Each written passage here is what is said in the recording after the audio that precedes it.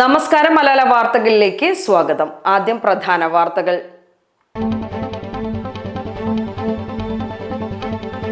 ചോളമുണ്ടയിൽ പട്ടാപ്പകൽ പശുവിനെ കൊന്ന നരഭോജി കടുവയെ പിടികൂടാൻ കൂട് സ്ഥാപിക്കാൻ വനംവകുപ്പ് ഉദ്യോഗസ്ഥർ തമ്മിൽ തർക്കം.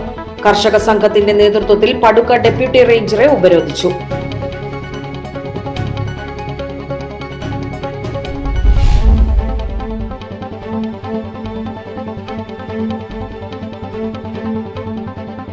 ലക്ഷങ്ങളുടെ ഒട്ടുപാൽ മോഷണം നടത്തിയ സംഭവം. പിടിയിലായ സ്ഥാപനത്തിലെ ജീവനക്കാരായ പ്രതികളെ സ്ഥലത്തെത്തിച്ച് തെളിവെടുപ്പ് നടത്തി.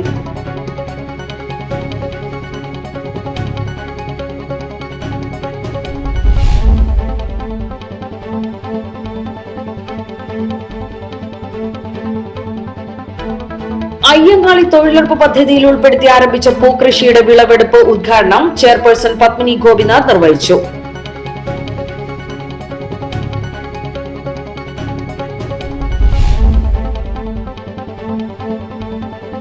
ഉടമയുടെ മുൻപിലിട്ട് പശുവിനെ കടുവ കൊന്ന സംഭവത്തിൽ മിൽമ മലബാർ മേഖലാ യൂണിയൻ അടിയന്തര ധനസഹായം പ്രഖ്യാപിച്ചു.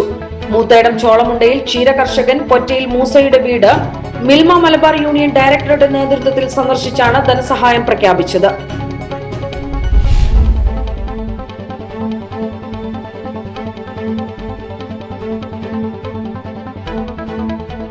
എടവണ്ണ ഒതായിയിൽ ടിപ്പർ ലോറി താഴ്ചയിലേക്ക് മറിഞ്ഞ അപകടം. ലോഡുമായി വന്ന വാഹനമാണ് അപകടത്തിൽപ്പെട്ടത്.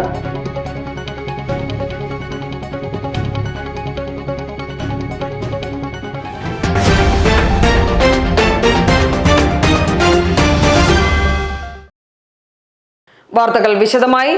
ചോളമുണ്ടയിൽ പട്ടാപ്പകൽ പശുവിനെ കൊന്ന നരഭോജി കടുവയെ പിടികൂടാൻ കൂട് സ്ഥാപിക്കാൻ വനംവകുപ്പ് ഉദ്യോഗസ്ഥർ തമ്മിൽ തർക്കം. കർഷക സംഘത്തിന്റെ നേതൃത്വത്തിൽ പടുക്ക ഡെപ്യൂട്ടി റേഞ്ചറെ ഉപരോധിച്ചു. കടുവയെ പിടികൂടുവാൻ നിലമ്പൂർ നോർത്ത് സൗത്ത് ഡിവിഷനുകൾ തമ്മിൽ തർക്കത്തിലാണ്. പ്രദേശത്തെ ജനങ്ങൾ ഭീതിയിലായിട്ടും നിലമ്പൂർ MLA സന്ദർശിക്കുവാൻ പോലും തയ്യാറായിട്ടില്ല. കടുവയിറങ്ങിയ വനം നിലമ്പൂർ സൗത്ത് ഡിവിഷനും പശുവിനെ ആക്രമിച്ചത് നോർത്ത് ഡിവിഷൻ ഏരിയയും ആണെന്നുമാണ് വനംവകുപ്പ് ഉദ്യോഗസ്ഥർ തമ്മിലുള്ള തർക്കം.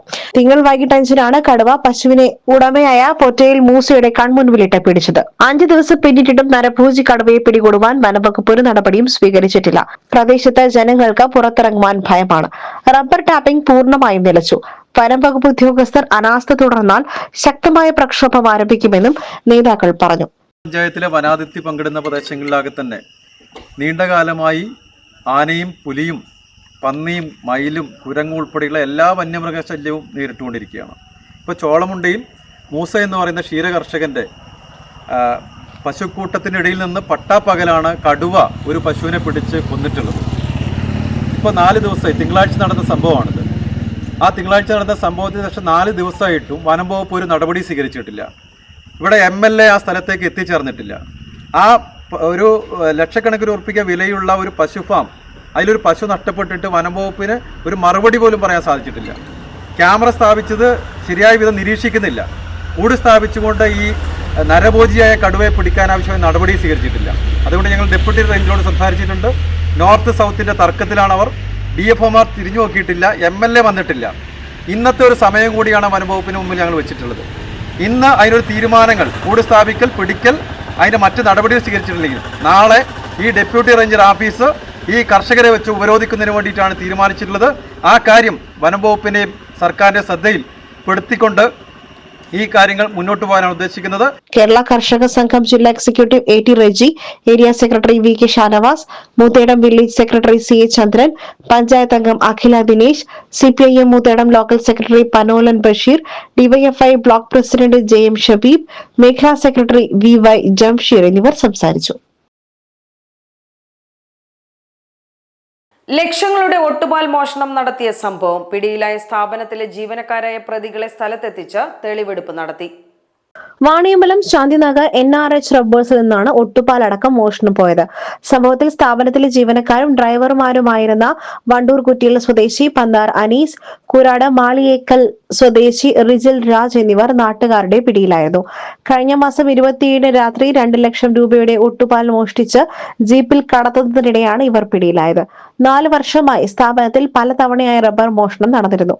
ഇക്കാലയളവിൽ ഏകദേശം 85 ലക്ഷം രൂപയുടെ നഷ്ടം സംഭവിച്ചതായാണ് കമ്പനി അധികൃതർ പറയുന്നത്. തുടർച്ചയായുണ്ടായ മോഷണത്തെ തുടർന്ന് നടത്തിയ പരിശോധനയിലാണ് സ്ഥാപനത്തിലെ ജീവനക്കാർ തന്നെയാണ് സംഭവത്തിന് പിന്നിലെന്ന സംശയം ശക്തമായത്. തുടർന്ന് നടത്തിയ നിരീക്ഷണമാണ് പ്രതികളെ കൈയോടെ പിടികൂടുവാൻ സഹായകമായത്. പെരിന്തൽമണ്ണ കോടതിയിൽ റിമാൻഡിലായിരുന്ന പ്രതികളെ NRH റബ്ബേഴ്സിലും വിൽപ്പന നടത്തിയ ചെറുകോടുള്ള മലഞ്ചരക്ക് വ്യാപാര സ്ഥാപനത്തിലും എത്തിച്ച് തെളിവെടുപ്പ് നടത്തി. അയ്യങ്കാളി തൊഴിലുറപ്പ് പദ്ധതിയിൽ ഉൾപ്പെടുത്തി ആരംഭിച്ച പൂക്കൃഷിയുടെ വിളവെടുപ്പ് ഉദ്ഘാടനം ചെയർപേഴ്സൺ പത്മിനി ഗോപിനാഥ് നിർവഹിച്ചു. നിലമ്പൂർ നഗരസഭയുടെ ഒരു പരീക്ഷണ വിളവെടുപ്പാണ് ഇന്നിവിടെ നടക്കുന്നത്. JLG ഗ്രൂപ്പിൻ്റെ നേതൃത്വത്തിൽ നഗരസഭ വിവിധ ഭാഗങ്ങളിൽ പച്ചക്കറിയും പൂക്കൃഷിയുമെല്ലാം ഒരു പരീക്ഷണാടിസ്ഥാനത്തിൽ ഞങ്ങൾ നോക്കരുത്. എല്ലാ ഓണക്കാലത്തും സാധാരണ നമ്മൾ തമിഴ്നാടിനെ ആശ്രയിച്ച് പൂക്കൾ ഇറക്കുന്നത് നമ്മുടെ നഗരത്തിൽ തന്നെ വിളയിക്കാനാകുമോ എന്നായിരുന്നു ആ പരീക്ഷണം. ആ പരീക്ഷണത്തിൽ വിജയിച്ചു എന്ന് ഞങ്ങൾക്ക് ബോധ്യമായി. ഇനി പച്ചക്കറിക്കും അതുപോലെ തന്നെ നെല്ലും മറ്റ് നമുക്ക് ആവശ്യമായ ഭക്ഷ്യവിഭവങ്ങൾ ഉണ്ടാക്കാനുള്ള തരിശുരഹിത നഗരസഭയുടെ ഒരു പ്രാരംഭ പ്രവർത്തനം കൂടിയാണ് ഇവിടെ വിജയിച്ചത്. തീർച്ചയായും ഈ ഓണവിപണി എൻ്റെ സഹോദരിമാർക്ക് ലാഭം ഉണ്ടാക്കുകയും അത് മറ്റു സഹോദരിമാർക്കും മറ്റുള്ളവർക്കും പ്രചോദനമാകുകയും ചെയ്യും എന്നതിൽ യാതൊരു തർക്കവുമില്ല. വാർഡ് കൌൺസിലർ AT ഫ്രാൻസിസ് അധ്യക്ഷത വഹിച്ചു. നഗരസഭാ vice chairman Shoukath Ali Koomancheri, standing committee അധ്യക്ഷരായ മുസ്തഫ കളത്തുംപടിക്കൽ, സുരേഷ് പാത്തിപ്പാറ, മുംതാസ് ബാബു, സ്മിത മോൾ, മേരീസ് ഷിബു, കൌൺസിലർമാർ, കൃഷി ഓഫീസർ T വിശാഖ, നഗരസഭാ ഉദ്യോഗസ്ഥർ, തൊഴിലുറപ്പ് പദ്ധതി എഞ്ചിനീയർ രേഷ്മ, ഷാനിബ, കുടുംബശ്രീ കത്തിർ JLG അംഗങ്ങളായ KP നിഷ, നിഷിത, പ്രദേശവാസികൾ തുടങ്ങിയവർ സംബന്ധിച്ചു. ഉടമയുടെ മുൻപിലിട്ട് പശുവിനെ കടുവ കൊന്ന സംഭവത്തിൽ മിൽമ മലബാർ മേഖലാ യൂണിയൻ അടിയന്തര ധനസഹായം പ്രഖ്യാപിച്ചു. മൂത്തേടം ചോളമുണ്ടയിൽ ക്ഷീരകർഷകൻ പൊറ്റയിൽ മൂസയുടെ വീട് മിൽമ മലബാർ യൂണിയൻ ഡയറക്ടറുടെ നേതൃത്വത്തിൽ സന്ദർശിച്ചാണ് ധനസഹായം പ്രഖ്യാപിച്ചത്. 10,000 രൂപ ധനസഹായം ഉടൻ ക്ഷീരകർഷകന് നൽകും. 50,000 രൂപ പലിശരഹിത വായ്പ അനുവദിക്കുവാനും തീരുമാനിച്ചു. മലബാർ മേഖല Milma union director Sunny Joseph, assistant milk procurement officer KK Shibitha, Karappuram ക്ഷീരോത്പാദക സഹകരണ സംഘം president Thachedath Baby, secretary Deepa, director Vasu Malamkuth, Vazhikkadavu town ക്ഷീരോത്പാദക സഹകരണ സംഘം B വിനയചന്ദ്രൻ, മൂത്തേടം ഗ്രാമപഞ്ചായത്ത് അംഗം അഖില ദിനേശ്, കേരള കർഷക സംഘം ജില്ലാ executive AT Reji, area secretary VK Shanavas എന്നിവർ സംബന്ധിച്ചു. എടവണ്ണ ഒതായിയിൽ ടിപ്പർ ലോറി താഴ്ചയിലേക്ക് മറിഞ്ഞ അപകടം. ലോഡുമായി വന്ന വാഹനമാണ് അപകടത്തിൽപ്പെട്ടത്. എടവണ്ണ ഭാഗത്ത് നിന്നും അരീക്കോട് ഭാഗത്തേക്ക് പോവുകയായിരുന്ന വാഹനമാണ് താഴ്ചയിലേക്ക് മറിഞ്ഞത്. കരിങ്കല്ലുമായി പോവുകയായിരുന്നു ലോറി. അരീക്കോട് ഭാഗത്ത് നിന്നും വന്ന ബസ്സിന് സൈഡ് കൊടുക്കുന്നതിനിടെയാണ് അപകടമുണ്ടായത്. പുള്ളിപ്പാടത്ത് നിന്നും കരിങ്കല്ലുമായി പോവുകയായിരുന്ന വാഹനമാണ് മറിഞ്ഞത്. വാഹനത്തിൽ ഡ്രൈവർ മാത്രമാണ് ഉണ്ടായിരുന്നത്. ഇയാൾ പരിക്കുകളൊന്നും കൂടാതെ രക്ഷപ്പെട്ടു. ഈ ഭാഗത്ത് റോഡിന് വീതി കുറവായതും അപകടത്തിന് കാരണമായി. ഈ മേഖലയിൽ റോഡരികിൽ അപകട ഭീഷണിയായ മരം മുറിച്ചു മാറ്റിയതിന്റെ മരത്തടികൾ കൂട്ടിയിട്ടിരിക്കുകയാണ്. PWD അധികൃതർ ഇത് മാറ്റാത്തതും അപകടത്തിന് കാരണമായതായി നാട്ടുകാർ പറയുന്നു. സ്കൂൾ വിദ്യാർത്ഥികൾ ഉൾപ്പെടെ കാൽനട യാത്രക്കാർക്കും നടന്നു പോകുവാനുള്ള സൗകര്യം ഈ മേഖലയിൽ ഇല്ല. ഇതുമായി ബന്ധപ്പെട്ട് നിരവധി തവണ പരാതി നൽകിയിരുന്നതായും നാട്ടുകാർ പറയുന്നുണ്ട്. അപകട സാധ്യത ഒഴിവാക്കുവാൻ ഉടൻ പരിഹാരം കാണണമെന്ന് നാട്ടുകാർ ആവശ്യപ്പെട്ടു. ജില്ലയിൽ അനധികൃത ഖനനവും ധാതുക്കളുടെ അനധികൃത കടത്തും തടയുന്നതിനായി ജില്ലാ കളക്ടറുടെ നേതൃത്വത്തിൽ രൂപീകരിച്ച പ്രത്യേക സംയുക്ത സ്ക്വാഡ് പരിശോധന ശക്തമാക്കി. ജിയോളജി, റവന്യൂ, പോലീസ്, പഞ്ചായത്ത് എന്നീ വകുപ്പുകളിലെ ഉദ്യോഗസ്ഥരെ ഉൾപ്പെടുത്തിയാണ് സ്ക്വാഡ് രൂപീകരിച്ചത്. നിരീക്ഷണം കർശനമാക്കുന്നതിന്റെ ഭാഗമായി ഊരകം, കണ്ണമംഗലം പ്രദേശങ്ങളിലും പരിസരങ്ങളിലുമായി 5 ചെക്ക് പോസ്റ്റുകൾ സ്ഥാപിച്ച് പരിശോധന ഊർജിതമാക്കിയിട്ടുണ്ട്. ഓഗസ്റ്റ് 12-നാണ് സ്ക്വാഡ് പ്രവർത്തനം തുടങ്ങിയത്.